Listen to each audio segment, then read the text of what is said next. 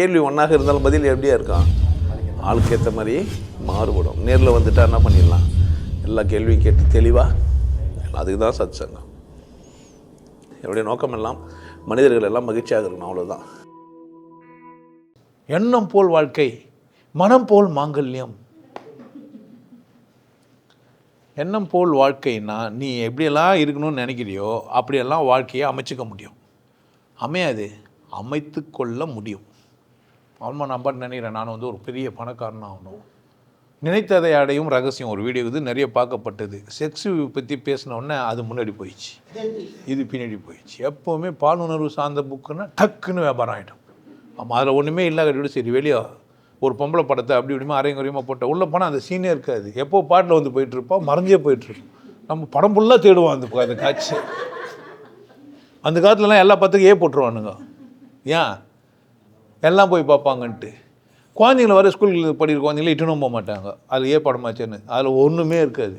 இப்போ தான் யூஏ கண்ட கர்மெல்லாம் போட்டு வச்சுக்கிறாங்க. 13+, 18+லாம் போடுறாங்க. அப்போல்லாம் அப்படி கிடையாது, ஒரு தான். பட் எண்ணம் போல் வாழ்க்கை, மனம் போல் மாங்கல்யம்னா நீ எப்படி வாழ்க்கை வாழலான்னு யார் அமைச்சிக்க முடியா, நீயே அமைச்சிக்க முடியும். ஸோ எண்ணத்தை சரியாக்கி, எண்ணத்துக்கு என்ன தேவை, உனக்கு என்ன தேவைப்படுதோ அந்த எண்ணத்தை எழுப்பி உன் தேவை என்ன பண்ணிக்கலாம், நீ நிறைவேற்றிக்கலாம். எனக்கு இது தேவைப்படுது, இது எனக்கு வேணும் அப்படின்னு என்ன பண்ணலாம், பேசலாம். ஒரு பிள்ளைய பார்க்குற, லவ் பண்ணணும்னு ஆசைப்படுற, கேட்கலாம், தப்பு கிடையாது.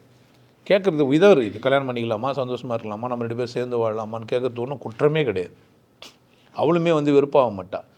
போன உடனே கண் அடிக்கிறது இல்லை, டக்குன்னு பார்த்த உடனே கண்ணு அடிச்சு காதில் சொல்லிடுறது, கச்சிப்பை போட்டு எடுக்கிறது, பின்னாடியே சுற்றுறது, பிளேடு எடுத்து அறுத்துக்கிறதெல்லாம் என்ன இல்லை.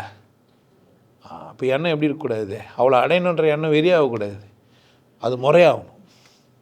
ஸோ எண்ணத்தை சரி பண்ணி வாழ்க்கை என்ன பண்ணலாம்.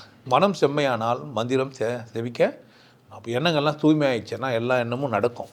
அப்போ வாழ்க்கையில் நான் வாழணுன்ற எண்ணத்தை எனக்குள்ளே உருவாக்கி நல்லா வாழணும், சிறப்பாக வாழணும். உனக்கு எது பிடிக்குதோ அதை செஞ்சு வாழணும். 4 பேருக்கு உதவியாகவும் உனக்கு நீ உதவியாகவும் இருக்கணும். எண்ணம் போல் வாழ்க்கை. உங்களுக்கு எல்லாருக்கும் ஒரு விஷயம் சொல்கிறேன். ஆனந்த வாழ்வு அப்படின்ற ஒரு கோர்ஸ் யூடியூப்பில் போட்டு வச்சு, ஹாப்பி லைஃப் கோர்ஸ். நீங்கள் மெம்பர் ஆனீங்கன்னா அந்த ஆனந்த வாழ்வு கோர்ஸை நேரடியாக நீங்கள் யூடியூப்பில் பார்க்கலாம். கட்டிட்டு நீங்கள் ஃபேமிலியாக டிவியில் போட்டுனா பண்ணலாம், எல்லாரும் ஃபேமிலியாக போட்டு பார்க்கலாம். ஒருத்தர் தான் சப்ஸ்கிரைப் பண்ணிங்க, 5 பேர் 6 பேர் என்ன பண்ணலாம், நீங்கள் அதை பார்க்கலாம். வாய்ப்பு பயன்படுத்திக்க பாருங்க. நல்லா இருங்க, சிறப்பாக இருங்க, கொண்டாட்டமாக இருங்க. உங்களை நீங்கள் மதிப்பு மிகுந்தவராக மாற்றுறது உங்கள் கையில் தான் இருக்குது.